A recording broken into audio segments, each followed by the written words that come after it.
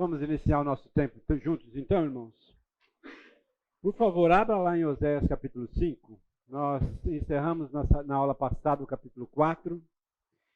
O nosso pensamento de hoje é trabalharmos então sobre os capítulos 5 até 7. Eu estou colocando aí o título de A Recusa em Conhecer Mais a Deus acelerou o processo de decadência da nação. O fato maior, o fato mais significativo e mais relevante que levou a nação de Israel a uma queda, a uma decadência, foi, sem sombra de dúvida, a rejeição, a recusa que ele teve em conhecer um pouco mais a respeito do Senhor, a respeito dos valores do Senhor, da aliança do Senhor, dos comprometimentos feitos do Senhor com o povo. Essa recusa, então, acelerou esse processo de decadência da nação. O capítulo 5, ele continua, então, com aquela mesma pegada de julgamento contra Israel.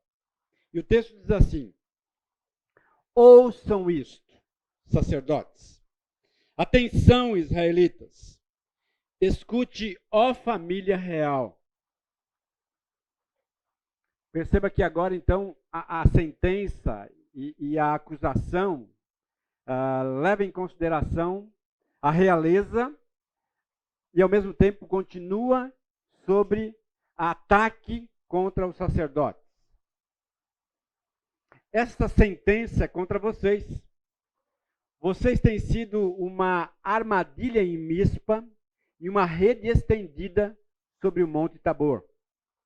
Os rebeldes estão envolvidos em matança. Eu disciplinarei todos eles. Conheço Efraim e Israel não pode se esconder de mim. Efraim, agora você se lançou à prostituição. Israel se corrompeu. Suas ações não lhes permitem voltar para o seu Deus.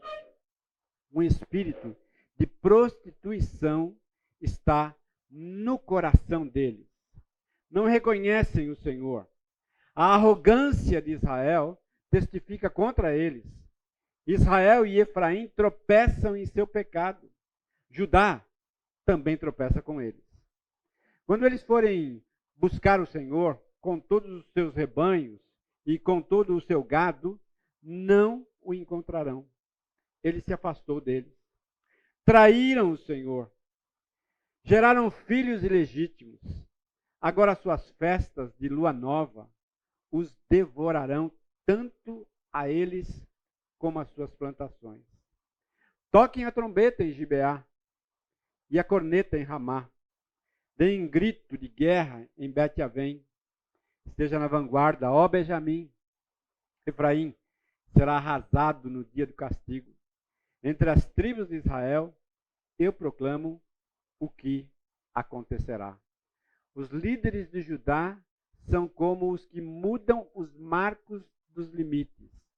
Derramarei sobre eles a minha ira, como uma inundação.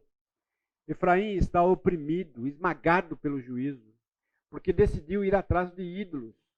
Sou como uma traça para Efraim, como podridão para o povo de Judá.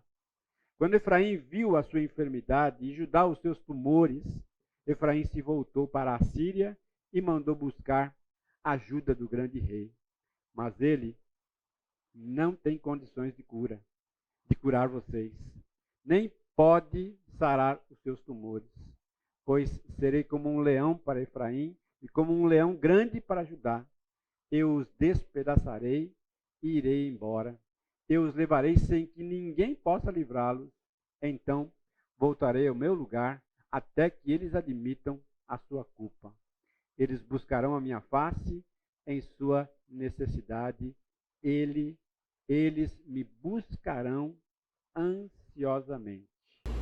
Se você fizer um contraponto aí com o primeiro versículo do capítulo 5. Ouçam isto, sacerdotes, atenção, israelitas, escute, ó família real, esta sentença contra vocês.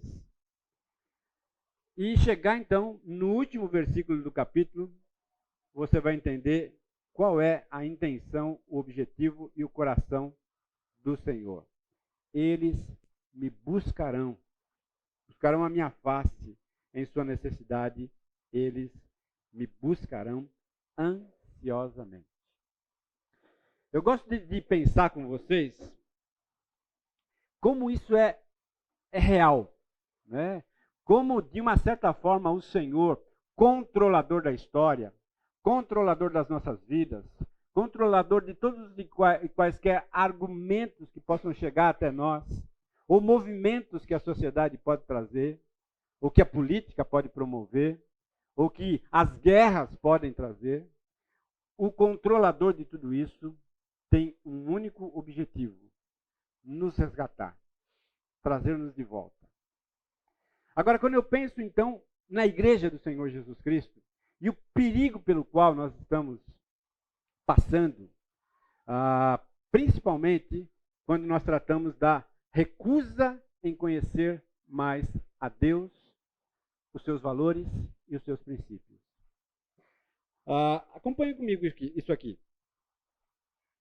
Alerta a todos os membros de todas as igrejas a possibilidade de estarmos sob ataque de um conhecimento equivocado a respeito de Deus. E aí eu coloquei a frase ali. Deus é amor, mas o amor não é Deus. Parece uma frase inocente, bíblica. Deus é amor. Nós temos referências bíblicas que dizem que Deus é amor. Mas a continuação da frase, ela nos coloca numa situação em que nós precisamos refletir. Será que de fato Deus é amor, mas o amor não é Deus? Eu sei, você sabe que Deus é amor. Mas me parece que a igreja do Senhor Jesus Cristo tem tomado um caminho de distanciamento desse conhecimento e de uma tratativa real de atribuir divindade a sentimento. Quando eu, então, endeuso um sentimento, ele se torna grande, poderoso. E aí todas as minhas ações baseadas, pautadas nele, se tornam legítimas. Isso então nos leva a caminhos extremamente equivocados e tortuosos. Eu matei por amor. Foi uma divindade de tanto amor no meu coração que eu não pude ver aquele indivíduo fazer aquilo sem que eu então o atacasse e o matasse, a fim de preservá-lo, ou a fim de que ele não se desviasse, não se distanciasse de mim. Eu começo então a justificar os meus pecados em nome de um suposto amor. O movimento LGBT, amor. Eu amo tanto uma pessoa do mesmo sexo que eu, mas o amor vale tudo. No amor vale tudo. Porque Deus é amor. E esses argumentos, então, são tão reais e tão sorrateiros que começam a minar as bases de quem, de fato, o Senhor é.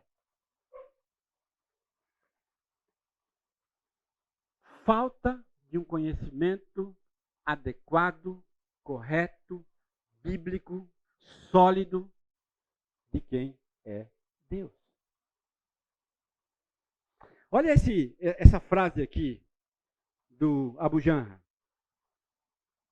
Um Deus de amor pode ser tão cruel assim com um povo que é por ele amado? Essa frase foi descrita dentro de um contexto onde Abu Janra percebe a realidade do povo de Israel, do holocausto, do sofrimento tamanho que o povo judeu tomou e sofreu sobre ele. E ele então indaga. Um Deus que diz ser amor pode ser tão cruel assim com um povo que ele mesmo diz que ama. Ele está aqui colocando em choque essa realidade. Porque supostamente para ele, amor não tem nada a ver e nenhuma conexão à disciplina, à pressão, aquele amoldar que dói da parte de Deus. Agora, como a gente argumenta sobre isso? Como é que você argumentaria com Abu Janra? O que você responderia a ele? O que você responderia ao movimento LGBT? O que você responderia a um indivíduo que disse que matou por amor? Quais argumentos que você traria à luz para debater com essa pessoa? O livro de Osés nos traz exatamente essas questões tão pesadas. Mas procure pensar um pouco sobre isso. Como é que eu vou argumentar? Abu Janra já morreu, né? Mas a obra dele ficou. E as provocações dele ficou. Como é que você responderia isso? Acho que ele pegou a palavra amor e tirou do contexto. Ele se apropriou de um termo que tem uma essência diferente e aplicou naquilo que ele bem entendeu. Então Deus revelou o seu amor, mas da forma como ele explica na Bíblia é totalmente diferente. Como ele se dá a conhecer, na verdade, que a gente conhece pela Bíblia, pela sua revelação, totalmente diferente do amor ressignificado dessa toda geração está dando essa palavra. Sim. Se apropriou de um termo notório, termo conhecido, trouxe os seus sentimentos humanos e classifica agora a Deus baseado nessa visão. O que é isso? Joia? Mais alguém? Eu acho que o Abu Janra ele fazia comentários filosóficos, sempre no contexto de colocar em questionamentos essas coisas mais complicadas de se desenvolver, né? Então, eu acho que primeiro o que é o amor seria uma coisa, qual que é o conceito sobre o amor, que é tão vasto. Mas para quem é cristão, e ele fala para quem é um genérico, né?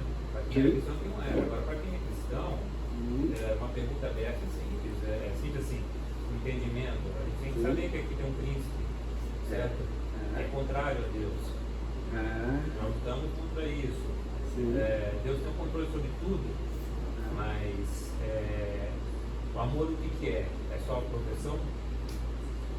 Qual que é o plano de Deus para a humanidade enquanto aqui? Somos peregrinos, não somos daqui. Então, nós temos que lutar contra tudo isso nesse mundo. Então, vocês percebem que nós conseguimos lidar com isso, né? Quer falar? Em Tiago ele fala assim, pois a ira do homem não produz a justiça de Deus. A frase dele está permeando o que ele entende por ira e o que ele entende por justiça. Mas não é o parâmetro de Deus. A ira de Deus não é a minha ira. A justiça de Deus não é a minha justiça. E a gente vê muito no contexto, inclusive cristão, pessoas que anulam a justiça, a correção de Deus, né, em prol desse amor. Sim. Anulam, olha, Deus é amor e você pode ter o seu livre arbítrio em amar uma pessoa do mesmo sexo ou defender certas pautas que não estão de acordo com o que a Bíblia prega, mas é amor. E aí as pessoas esquecem que o amor divino, o amor de Deus não é o que eu tenho de referência, nem de amor, nem de justiça. Sim, né? Agora, entendam, nós estamos partindo exatamente do contexto atual, né? E trazendo esses argumentos à tona. Porque ainda assim, tanto a primeira argumentação que eu coloquei, Deus é amor, mas o amor não é Deus, como esta frase aqui, ambas estão atribuindo sentimentos que não deveriam ser atribuídos a argumentos. Pois não.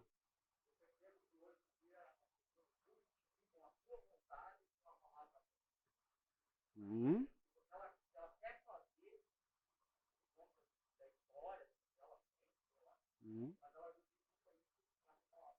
É. Tudo em nome do amor. É. É. Sim, sim. É exatamente isso. Né? Eu acho que são argumentos que nós precisamos ter na ponta da língua, porque constantemente nós somos bombardeados com isso. Né? Bombardeados por pessoas que pensam exatamente desta maneira. E olham para nós e nos questionam. Nós precisamos dar uma resposta. O silêncio nessa hora não vai produzir absolutamente nada. Vamos continuar então um pouquinho mais à frente. Tá? Quando a gente inicia o capítulo 5 e a leitura foi feita, nós percebemos que a balança estava desequilibrada, estava desfavorável ao povo e muito menos aos líderes espirituais de Israel. Então me parece que o povo e os líderes foram pesados pelo Senhor na balança da verdade, do amor e do conhecimento de Deus, e não foram satisfatoriamente vistos por Deus. Agora, isso me traz à tona também que eu e você e a Igreja do Senhor Jesus Cristo seremos também pesados nesta balança. Balança da verdade, do amor e do conhecimento de Deus. Verdade como a realidade única ao qual eu devo me debruçar, eu devo me submeter.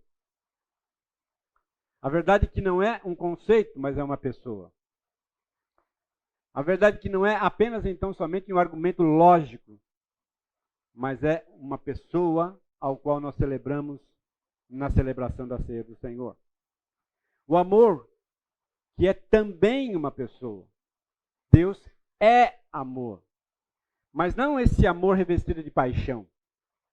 Não esse amor revestido de um sentimentalismo. O amor sacrificial. O amor ágape. O amor que não se furtou de permitir que sofrimento fosse realizado em nome do resgate e do amor que Deus tem para com a humanidade. E aí então chegamos no conhecimento de Deus. E nós estamos aqui, e o meu empenho aqui, nessa manhã e em todas as manhãs dominicais aqui, é levar você a conhecer mais o caráter de Deus. Levar você a não se enganar de quem de fato é Deus. Porque isso vai fazer de você um melhor homem, uma melhor mulher, um melhor pai, um melhor filho, e assim sucessivamente. Porque então nós nos pautamos na verdade de quem Deus é e na verdade daquilo que Deus espera de mim, como homem, como mulher, como marido, como mulher, como pai, como filho, e assim sucessivamente. Como trabalhador, como servo, como muitas vezes patrão. Né? O que de fato Deus espera de cada um de nós. Os capítulos, então, 5 a 7, deixam ainda mais evidentes as queixas do Senhor contra a realeza, reis e príncipes, e contra os sacerdotes. Vamos lá, então. Parando um pouquinho aqui em algumas realidades do capítulo 5. A repreensão, então, é dirigida contra a liderança. Reis, príncipes, sacerdotes. Há uma continuidade no tema da condenação da casa de Israel. Porém, agora com maior ênfase na liderança, tanto os sacerdotes como a realeza. O versículo 2 nos fala sobre o laço em Mispa. Deixa eu pegar aqui o texto aqui na Nova Versão Internacional. Eu estou aqui com a atualizada e agora então com a NVI. Versículo 1, ele diz assim: vocês têm sido uma armadilha em Mispa e uma rede estendida sobre o monte Tabor. Laço em Mispa, uma referência a uma das cidades da tribo de Benjamim. Se você for lá para Josué 18, 26, você vai ver lá essa cidade sendo mencionada, e o significado é torre de vigia. Rede estendida sobre Tabor. Tabor é uma montanha que serve de referência geográfica no centro-norte da Palestina, logo ao sul, com a fronteira com o Líbano. Pode estar associada à grande vitória de Débora e Baraque. Agora, de uma certa forma, ao mencionar Mispa e ao mencionar Tabor, o Senhor está provocando o povo, porque ambos os lugares são conhecidos, e são conhecidos por grandes realizações. Porém, neste momento em que Oséias escreve, o povo então está fazendo desses lugares de adoração a Baal. Por isso, então, ele está colocando, olha, vocês são um laço, são uma rede estendida. E tanto laço quanto rede tem a ver com a ideia de caça. Né? Vocês estão caçando o meu povo. Vocês estão produzindo armadilhas no caminho do meu povo. Vocês estão, então, deliberadamente e focados em desviar o caminho e os pés do meu povo. Falando para a liderança. Olha o que está acontecendo na igreja brasileira. Líderes colocando armadilhas no caminho do povo, a fim de desviar o povo para motivos e motivações escusas de construção de um reino próprio ou de angariar fundos. Realidades muito semelhantes. Na aula passada nós dissemos os homens de Oséias e os homens da atualidade são os mesmos. No fundo, o coração é o mesmo. E essas armadilhas, essa rede, constantemente pairam sobre a minha e a sua vida. A natureza dos crimes de Mispa e Tabor estão explicados aqui nos versos 13 do capítulo 4. Volta um pouquinho aí. O 13 diz assim: sacrificam sobre o cimo dos montes e queimam incenso sobre os outeiros, debaixo do carvalho, dos choupos e dos terebintos, porque é boa a sua sombra. Por isso, vossas filhas se prostituem e as vossas noras adulteram. O ambiente era de tal forma tratado, tão arquitetado de tal forma que se tornava exatamente uma arapuca. Ao entrar, eram pegos. Ao entrar, eram abraçados. Nós entendemos que a igreja precisa ser um lugar acolhedor. Né?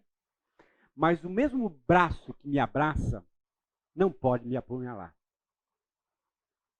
O mesmo braço que me acalenta e que me faz o conchego, ele não pode ser as mesmas mãos que batem a minha carteira. Percebam?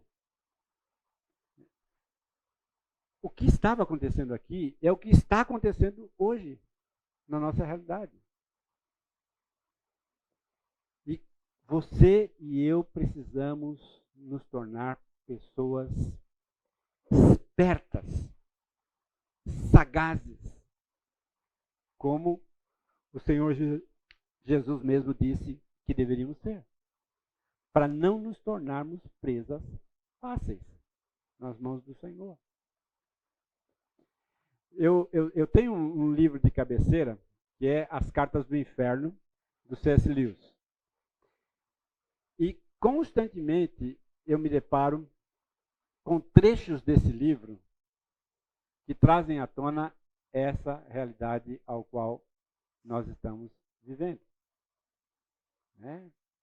As garras de Satanás estão em todos os lugares. O príncipe desse mundo é Satanás. O mundo jaz no maligno.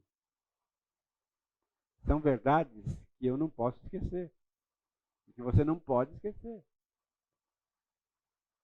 E eu e você estamos no alvo. No alvo. Né? Se Satanás tiver uma sala de estratégia, pode estar certo, tem um alvo com a sua face lá. Né? Você e eu estamos debaixo de fogo cruzado. Não precisa mudar a voz ou fazer trejeitos, mas muitas vezes os argumentos estão aqui para colocar em xeque aquilo que você crê, aquilo que você de fato acredita. Por isso, então, você precisa se preparar. E a nossa função aqui é dar a você as ferramentas capazes de fazer isso. Um pouquinho mais adiante. Eu não estou me aprofundando, porque eu não vou conseguir chegar no capítulo 7 se eu me aprofundar ainda mais. Tá bom? Mas se você tiver dúvidas e quiser me interromper, fique à vontade. Tá bom? Dos versos 9 até o verso 15, nós temos aqui um desdobramento da guerra sírio-efraimita. Né? Nesta guerra, Efraim e a Síria invadem Judá para tentar depor o rei e no seu lugar colocar alguém contrário à Síria. A tentativa, então, é mal sucedida. Em seguida, Efraim tenta se aproximar da Síria na esperança de melhorar as relações. Os desdobramentos novamente não são favoráveis. O verso 11 diz assim, versículo de número 11.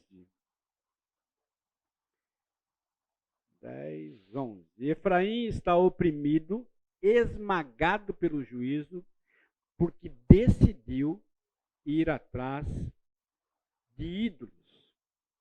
Oprimido e quebrantado pelo castigo de Deus, pela disciplina de Deus, e começou então a buscar segurança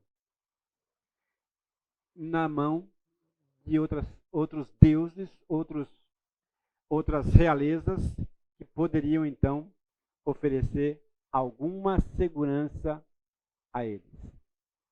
E o próprio Deus diz: vocês não vão encontrar. Vocês não vão encontrar. Tá? Eu não vou me delongar aqui, porque a minha intenção maior é debruçar-se sobre essa realidade aqui.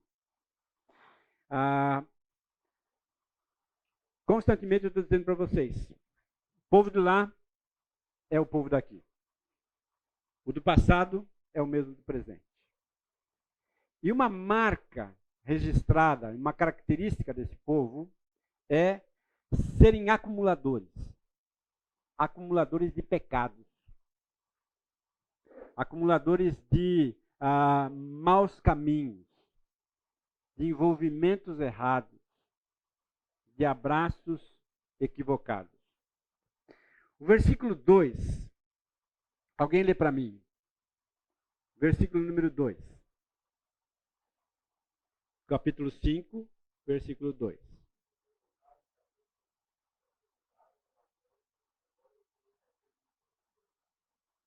Isso. Na NVI ele chama de rebeldes. Rebeldes envolvidos em matança. Então, duas colocações aqui. Rebeldia e matança. O que é rebeldia? Como é que você define rebeldia?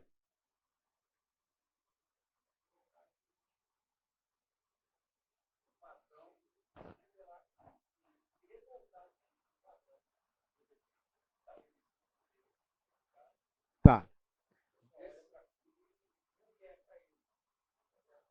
Tá.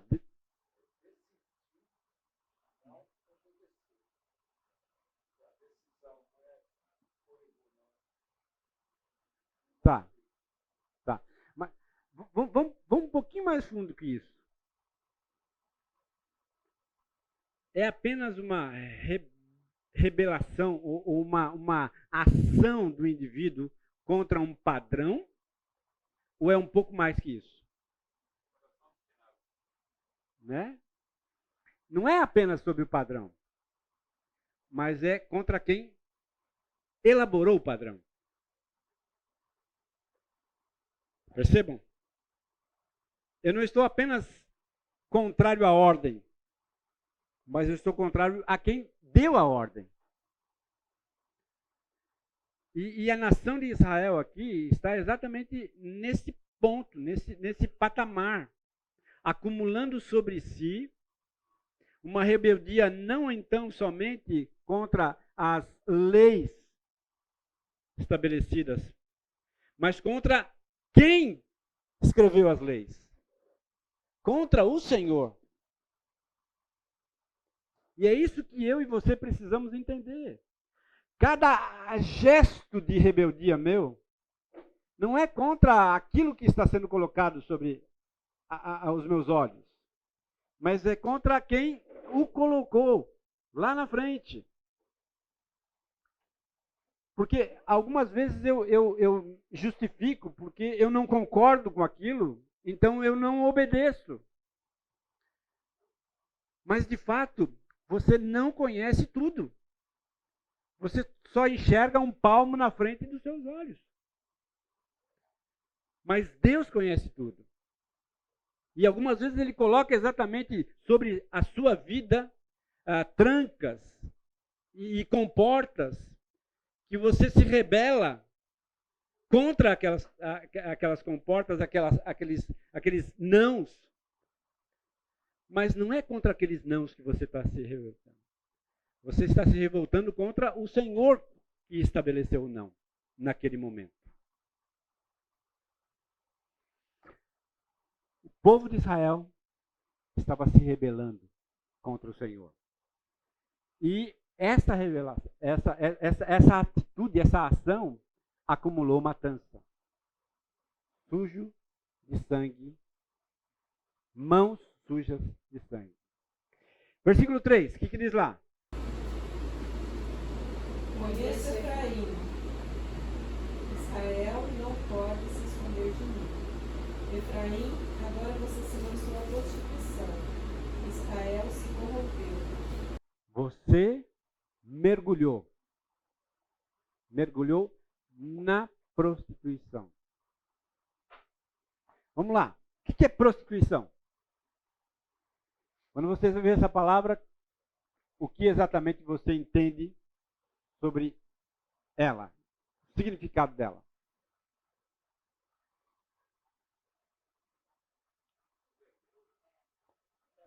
Se vendeu,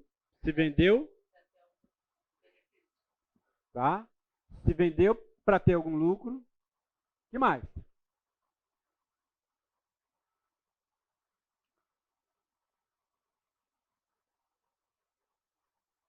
Dividiu a sua atenção a fim de ganhar daqui e ganhar daqui. Né? Israel exatamente começa a andar por esse caminho de vender-se a si mesmo, fazer um comércio de si mesmo, mas não um comércio com uma única nação, mas com várias nações. Isso então vai enfraquecendo as bases da nação. Versículo 5. A arrogância de Israel testifica contra eles. Israel e Efraim tropeçam em seu pecado. Judá também tropeça com eles. Arrogância. Uma pessoa arrogante, ela é bem vista? Uma pessoa arrogante, ela é... você é capaz de notar rapidamente essa arrogância?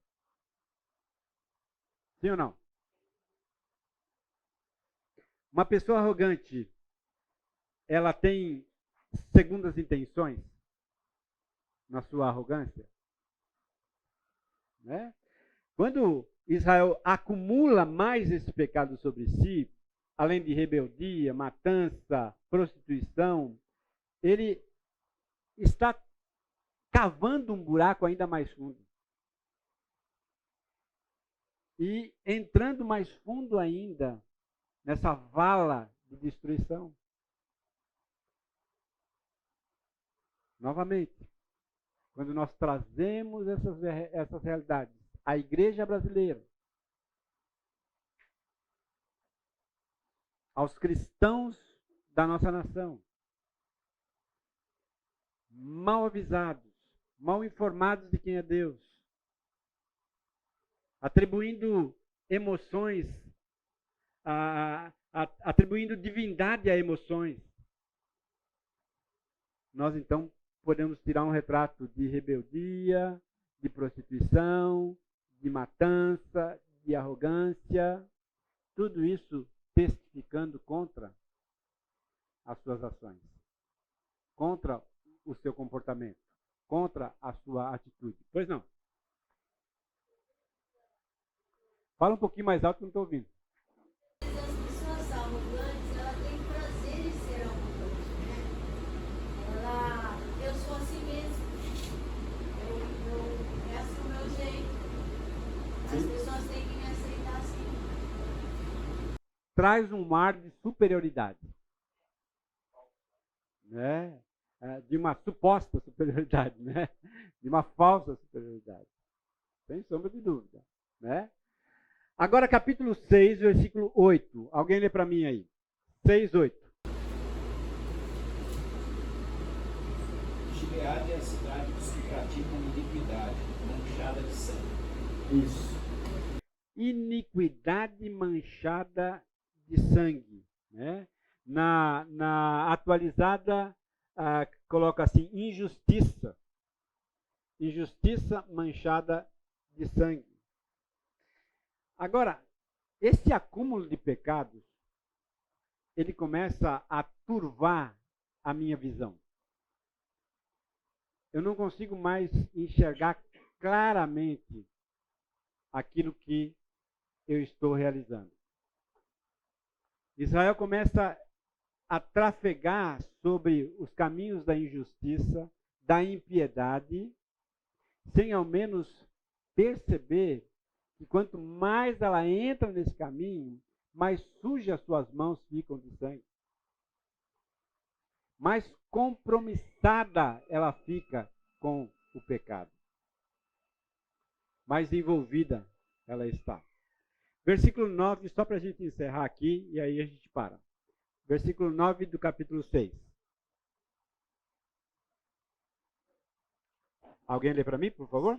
Se todos os assaltantes ficam emboscados à espera de um homem, assim fazem também os bandos de sacerdotes eles assassinam na estrada de Siquém e cometem outros crimes vergonhosos. Além de assassinar, outros crimes vergonhosos. Ou seja, perdeu todo e qualquer parâmetro de realidade, de justiça, de bondade, de misericórdia. E aí então a porteira abriu e o gado passou, né? E os pecados começaram a se multiplicar e acumular. O Vitor estava colocando aqui que, olhando para esse quadro aí, né? Esse capítulo 5, versículo 5, ele estava mencionando que essa arrogância que testifica contra o indivíduo, né, é de uma certa forma o fundo do poço mesmo, né, onde a pessoa, mesmo deliberadamente, está corrompida na sua consciência, cauterizada a sua consciência e não é capaz de voltar atrás, de se arrepender e de tomar um novo rumo na sua vida. A nação estava assim, né? Aí eu coloco aí, Israel é incapaz de demonstrar o fruto de um arrependimento sincero diante das declarações de Deus. Por mais contundentes que sejam essas declarações, por mais reais que elas sejam, por mais sofisticadas que elas estão sendo apresentadas para o povo, ainda assim o povo é incapaz de voltar atrás. As oportunidades de arrependimento para Israel não produzem senão uma devoção superficial e insincera que não leva a justiça de Deus a sério. Como consequência, seriam abandonados por Deus. Olha o versículo 15. Versículo 15. Alguém lê para mim aí. Irei e voltarei ao meu lugar, até que se reconheçam culpados e busquem a minha face. Estando eles angustiados, de madrugada me buscarão. A reação, então, um arrependimento superficial e precipitado. No capítulo 6, versículos de 1 a 3, nós encontramos essa declaração que mostra, que diz assim: venham, voltemos para o Senhor. Ele nos despedaçou, mas nos trará cura. Ele nos feriu, mas sarará nossas feridas. Depois de 2 dias, ele nos dará vida novamente. Ao terceiro dia, ele nos restaurará, para que vivamos em sua presença. Conheçamos o Senhor e esforcemo-nos por conhecê-lo. Tão certo como nasce o sol, ele aparecerá, virá para nós como as chuvas de inverno, como as chuvas de primavera que regam a terra. Um arrependimento superficial e muito rápido, muito acelerado, que é demonstrado pelo povo aqui, né? O versículo 4 nos mostra assim: porque o vosso amor é como a nuvem da manhã, como o orvalho da madrugada, cedo se dissipa. Superficial. Eu coloquei esse quadro aqui para a gente pensar um pouco na nossa própria caminhada. O arrependimento é deixar o pecado. É voltar as costas para o pecado. Mudando a sua maneira de pensar, mudando a sua maneira de agir, mudando o seu comportamento frente às mesmas possibilidades que existiam antes do evento do arrependimento. Algumas marcas de arrependimento genuíno deveriam estar presentes na vida do povo de Israel, assim como devem estar presentes também na nossa vida e na igreja do Senhor. Em primeiro lugar, sentir uma angústia ao praticar o pecado. Então, quando a gente volta lá a testificação no coração da sua própria iniquidade, condenando você, você então não foi capaz de sentir uma angústia ao praticar o pecado. Você então não atingiu o ponto de retorno, o ponto de convergência para retornar, para ser novamente a pessoa que você era antes do evento do pecado. Reconhecimento através da confissão de pecados. Em uma palavra bem como é que fala? Bem superficial. Confissão é concordar com Deus. De que Ele está certo e eu estou errado. De que o caminho que eu estou pegando é um caminho equivocado e o caminho do Senhor é o caminho correto. É uma concordância do meu coração diante do Senhor. Aceitação dessa realidade. Por isso que a confissão verbal, ela nos faz repensar. Quando eu falo com a minha boca, assim como Romanos diz no capítulo 10, versículo 9, que eu preciso confessar as minhas culpas perante o Senhor, porque esta confissão trará salvação. Assim também, esta confissão verbal dos meus pecados me fará voltar, me fará retornar ao caminho. E aí então buscar a face do Senhor em oração. Eu coloquei lá Salmo 119, versos 36 a 40. Nós não vamos ler aqui agora, mas depois você pode voltar-se lá. Tá? Eu sei que esse é um tema que você já conhece, já ouviu algumas declarações sobre ele. Vamos lá. O castigo e o destino inescapável pela rebeldia. A partir do versículo 4 até o verso 16 do capítulo 7. Apesar de um amor efêmero, passageiro do povo, os sacerdotes arruinaram a nação. 5 a 9. Alguém lê para mim aí. Capítulo 6, 5 a 9. Por isso, eu os despedaçarei por meio de meus profetas, e os matei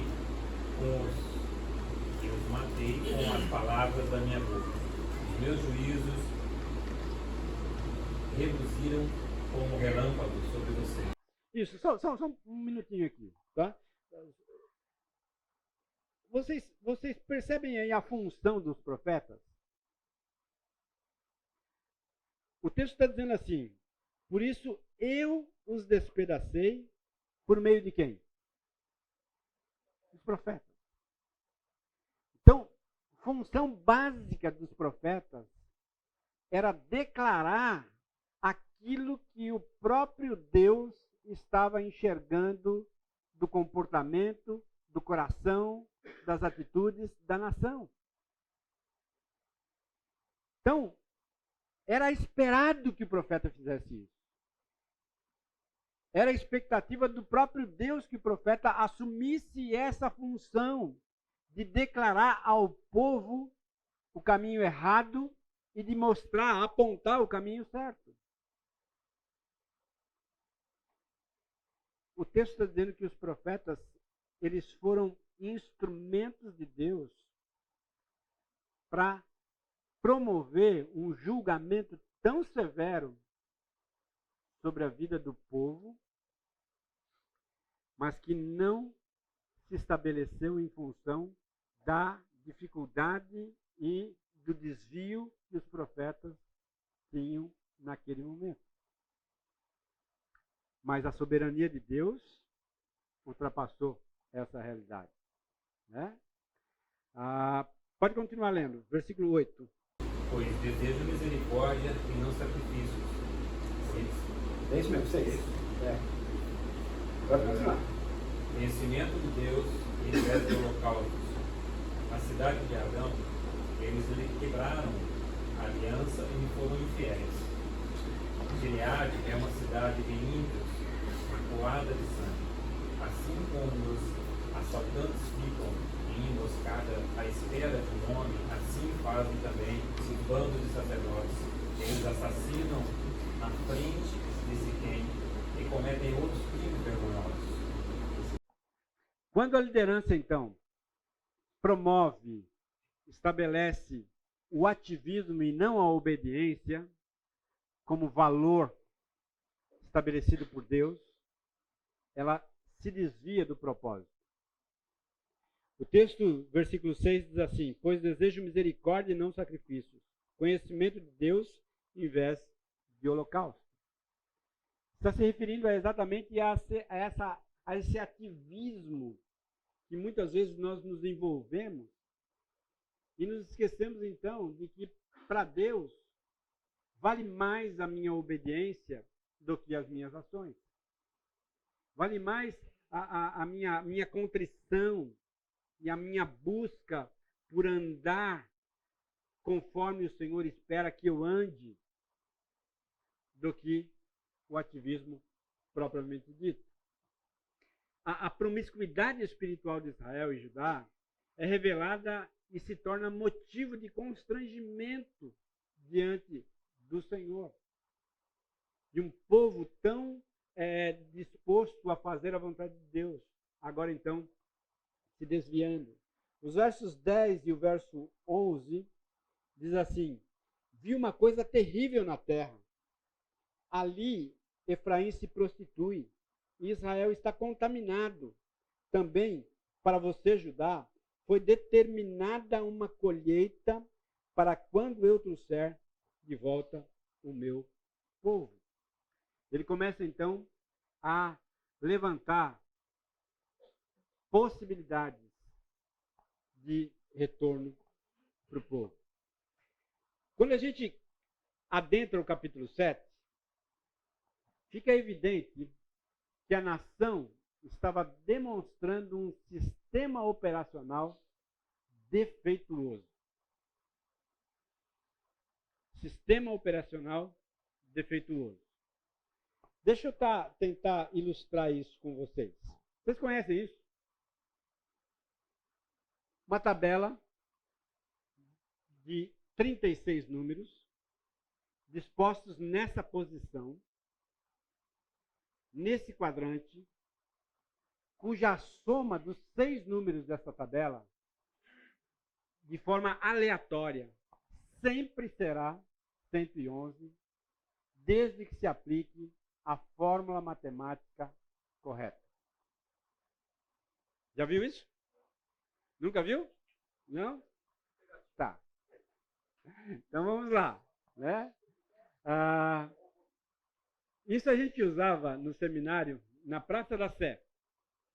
Ia lá com um cavalete, colocava esses 36 números, juntava um monte de gente do lado, e aí você dizia assim: o negócio é o seguinte, tem aqui 36 números, vocês podem escolher 6 números, eu vou somar esses 6 números, e eu sei que vai dar 111. Aí os caras, não vai dar não. Né? Vai dar. Né? Então vamos lá. Pega um número aí para mim.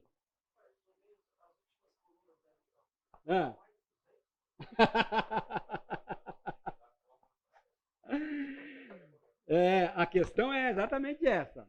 Qual é a fórmula? Né? Então vamos lá. Me dá um número qualquer aí. 7, falaram lá. Tá? 7. A fórmula matemática diz o seguinte: eu não posso mais escolher nem o número dessa coluna e nem o número dessa coluna. Tudo bem? Essa é a regra. Tá? É a fórmula matemática para que você chegue no resultado final.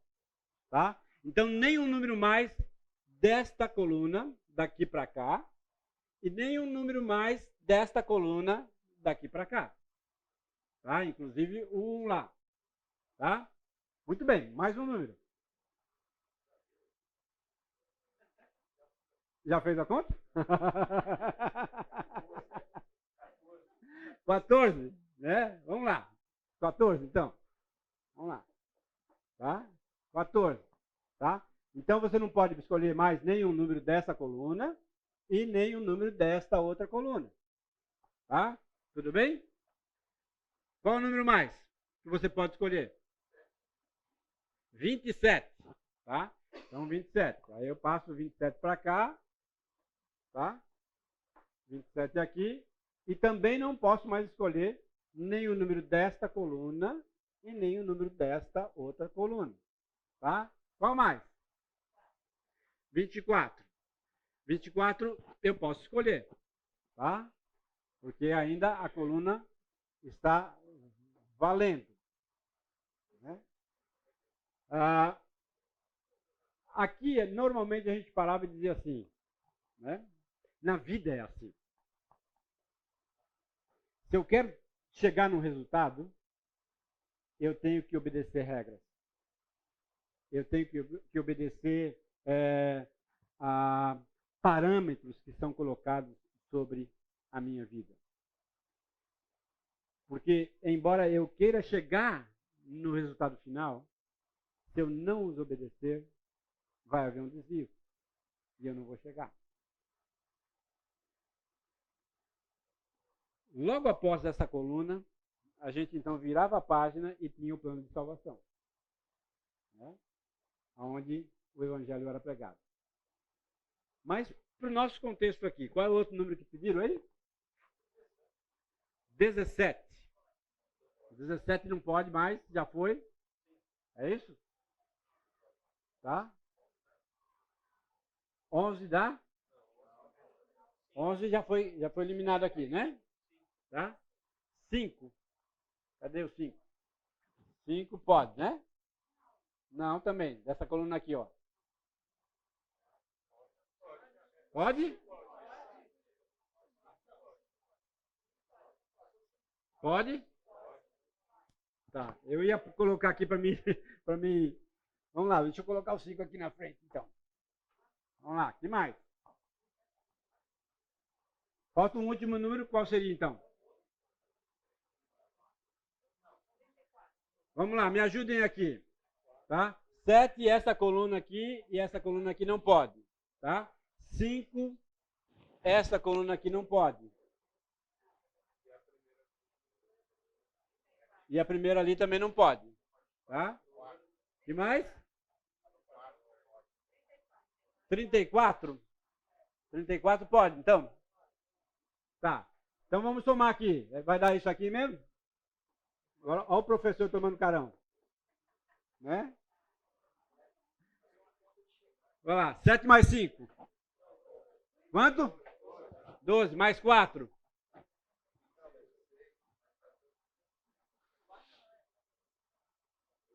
Mais 14. 26. Mais 27. Mais 24. Mais 34. 111. Né?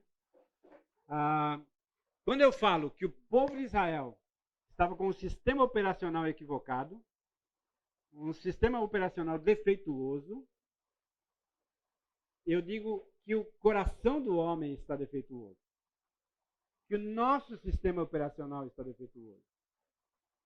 E é por isso, então, que nós precisamos recorrer a quem? Ao Criador. Ao Criador desse sistema operacional. E é isso que Israel precisava entender e enxergar essa realidade.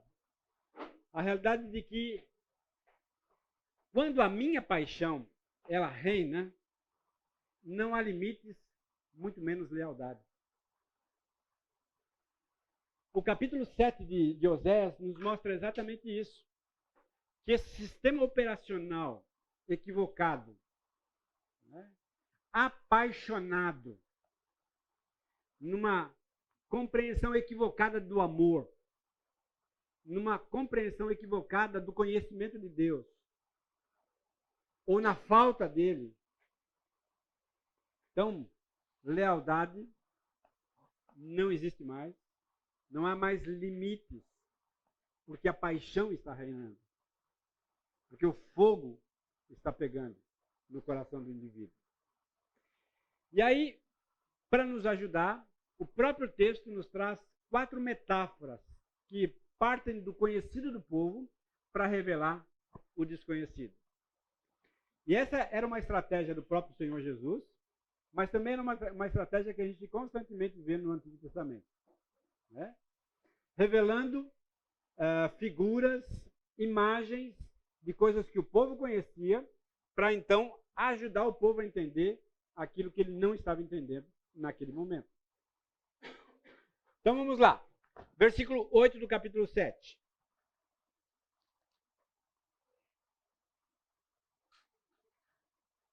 Efraim se mistura com o povo e é um pão que não foi virado, ou um pão mal sovado. Aquelas pessoas que fazem pão sabem que se você não bater bem o pão, não sovar bem o pão, ele não vai crescer. Ele não vai chegar aonde deveria chegar, tá? Perda da convicção sobre a verdade. Essa figura, pão mal sovado, ou pão mal assado, ou pão mal virado, dependendo da sua versão aí, está se referindo ao fato de que o povo perdeu a convicção sobre aquilo que de fato é verdade. Quando nós entramos então nesse caminho, nós nos tornamos apaixonados pelas nossas próprias convicções e deixamos as convicções do Senhor de lado. Versículo 9. Estrangeiros lhe comeram a força e ele não o sabe. Também os cabelos brancos se espalharam sobre ele e não o sabe. Normalmente, quando a gente ouve falar de cabelos grisalhos, nós pensamos em experiência, nós pensamos em maturidade, nós pensamos em sabedoria. Mas, ao olhar o povo de Israel e a nação de Israel nesse momento, nós percebemos que os cabelos grisalhos não estavam sendo valorizados ao ponto de gerar maturidade, de gerar sabedoria, de gerar um comportamento adequado. Então, não sabe ou decide não saber, incapaz de aprender. Quando nós tratamos então da questão do capítulo 5, dos pecados mencionados ali, nós percebemos exatamente essa ideia de não saber ou decidir não saber. O povo sabia da aliança. O povo sabia dos compromissos de Deus para com o povo. O povo experimentou essas realidades, mas decidiu não saber. Decidiu, no coração, se rebelar contra eles. Se tornar cego diante dessa realidade. Se tornou incapaz de aprender. É interessante que sempre a gente pensa assim, ninguém é incapaz de aprender. Todos nós somos capazes de aprender.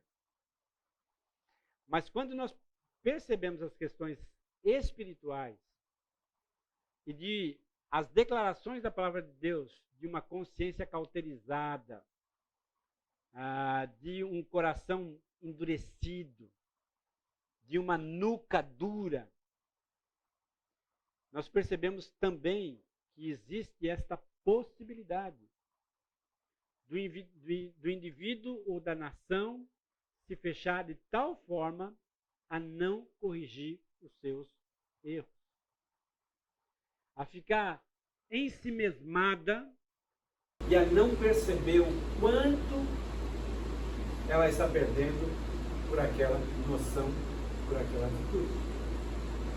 Por exemplo, nós temos hoje uma quantidade de pessoas cristãs, evangélicas, que são descritas e denominadas desigrejados.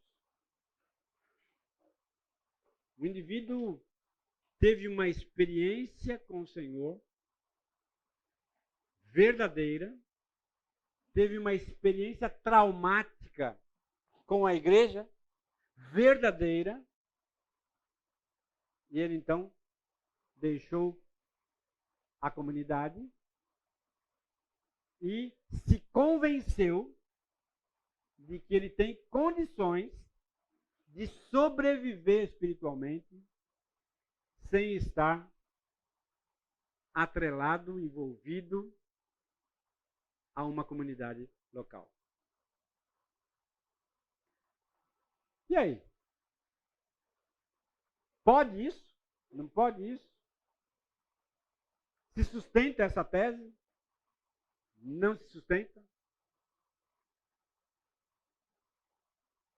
O que vocês têm a dizer sobre isso? A igreja é formada por pessoas que estão na ação de santificação.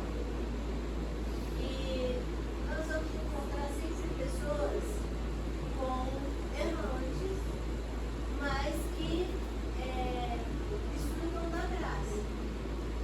E quando você olha a igreja com a visão de que lá tem pessoas perfeitas, você não está no caminho da santificação, porque você está apontando o erro do outro sem se enxergar que você faz parte daquele meio e que você também está naquele processo. Não sabe ou decide não saber. Decide não saber que eu estou do lado de pessoas que são semelhantes a mim, que vivem os mesmos perrengues que eu e que lutam a mesma batalha que eu contra o pecado. Pois não. Um pouquinho mais alto para a gente ouvir. Mesmo biblicamente, assim, né? A Bíblia fala que Cristo é o autor e consumador da nossa fé, né? Então, a questão da pessoa abandonar a igreja, biblicamente falando, e experiência, eu entendo que a pessoa, o motivo que ela se converte é um motivo que a mantém na igreja. Então, o evangelho mal apresentado, onde Cristo não é o autor e consumador da fé daquela pessoa, qualquer motivo, ela que não justifica, as experiências são reais, as igrejas estão aí, temos problemas, né? Mas eu congrego a igreja por causa de Cristo Jesus, independente de pessoa, né? Só que eu também não anulo a parte da santificação, aí aqui para mim mesmo como cristão, né? Porque as pessoas, elas com certeza têm um processo de santificação, mas o mais doloroso nesse contexto é porque isso parece sempre uma justificativa nossa como cristão. A gente nunca amadurece. A tendência é esse processo de santificação ele ser contínuo, né? Então tem coisas básicas, à medida que a gente vai amadurecendo, e não é para acontecer mais. Então também eu volto para não apresentação das escrituras, né? Sim, né? Bom, vocês que estão aqui há muitos anos, pode falar. Tem uma ali e outra aqui. Por exemplo. Defendeu isso, primeiro ela tem que se opor ao texto que está mandando as pessoas se reunirem com a igreja. Pensar nesse ponto. Está gostando ou não, ela vendo sentido ou não, ela tem que achar uma justificativa do texto fala. Não deixe de se reunir com os música. Num contexto que foi apresentado de encorajamento público. Então, assim, primeiro não deixe de se reunir. Sabe? E o contexto existe um aspecto da convivência que pode ser interessado. O primeiro desafio que essa pessoa tem. Sim, sem dúvida. Né? Pois não. Na verdade, o que eu vejo é que uma atitude como essa nada mais demonstra para o coração um orgulho e uma vaidade muito grande. Né? Lembra do sistema operacional equivocado, errado, distorcido? Né? O que me fez chegar me faz permanecer. Ah, mas eu cheguei por causa de fulano. Aí fulano saiu. Também vou sair. Né?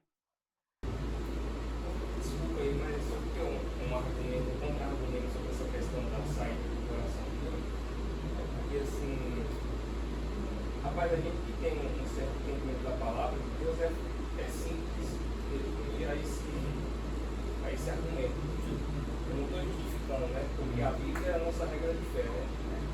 Mas também não olhar para. É porque assim, em todos os contextos que eu vejo de igreja, a gente como igreja, a gente olha muito para fora, mas não olha muito para dentro. Por exemplo, da questão dos homossexuais, né? Cara, a homossexualidade, biblicamente, é um pecado. Com adultério, com mentira, outras coisas. Então, assim, o que acontece? A gente olha para fora, mas beleza, e as famílias cristãs? Elas estão estruturadas em divórcio. Se, por exemplo, eu vou dar um exemplo, né? O marido morre hoje, a esposa, ela vai ficar feliz ou triste? Então, a gente não pode cobrar a vida de quem está morto. Sim. Então, no contexto, eu acho que até ia calhar com o que o senhor falou a respeito dos profetas. Os profetas, eles não iam para o pessoal fora de Israel, eles iam descer a ripa exatamente no povo de Israel. Sim. Então, no contexto de igreja, eu acho que a gente faz muito isso, né? A gente vira o canhão para fora, desce a ripa no povo, e eu não estou falando que o confronto não é importante, porque Claro, claro. Sim, sim, sim. Muito joia. Isso mesmo. Né? Concordo plenamente. Né? Vamos lá, gente. Falta 6 minutos lá. Terceiro lugar aí, versículo 11. Alguém lê para mim. Uma pomba enganada. Porque Efraim é como uma pomba ingênua, sem entendimento. Invocam no Egito e vão para cima. Dubiedade diplomática de Israel. Né? Flerta com um, flerta com o outro e se casa com o terceiro. Né? Essa realidade era presente ali na vida do povo, como uma pomba enganada. Um arco defeituoso, versículo 15.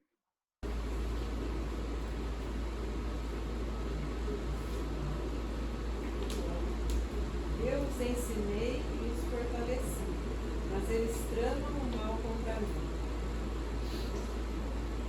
Tinha a força de um arco, porém, por estar defeituoso, por estar torto, não tinha a direção correta, a assertividade esperada deles. São todas figuras conhecidas do povo e trazendo então à tona verdades sobre o coração do povo, para que o povo então retornasse, para que o povo então voltasse a novamente estar na presença do Senhor. Muito bem. Encerrando então o capítulo 7. Vamos orar. Capítulo 5, 6 e 7, então, cumpridos. A partir da semana que vem, então, capítulo 8 e 9. Senhor, muito obrigado pela tua palavra. Muito obrigado porque apesar de nós, apesar da nossa fraqueza, da nossa dificuldade, muitas vezes, ó Deus, nós somos uma pomba enganada, um pão mal virado. Muitas vezes, ó Deus, somos como um arco defeituoso, que não consegue ter a direção adequada. Por isso nós nos colocamos diante do Senhor, pedindo que o Senhor venha nos ajudar a corrigir os nossos maus caminhos. Corrigir, ó Deus, as nossas pegadas, de modo que elas sejam, todas elas, dirigidas, apontadas na direção que o Senhor tem para cada um de nós. Cuida das nossas vidas. Orienta-nos. Dá-nos, ó Deus, uma semana na presença do Senhor, na companhia do Teu Espírito, valorizando, ó Deus, também a Tua família, a família que o Senhor colocou sobre as nossas vidas. Família estendida e família, ó Deus, mais nuclear, onde nós convivemos debaixo do mesmo teto.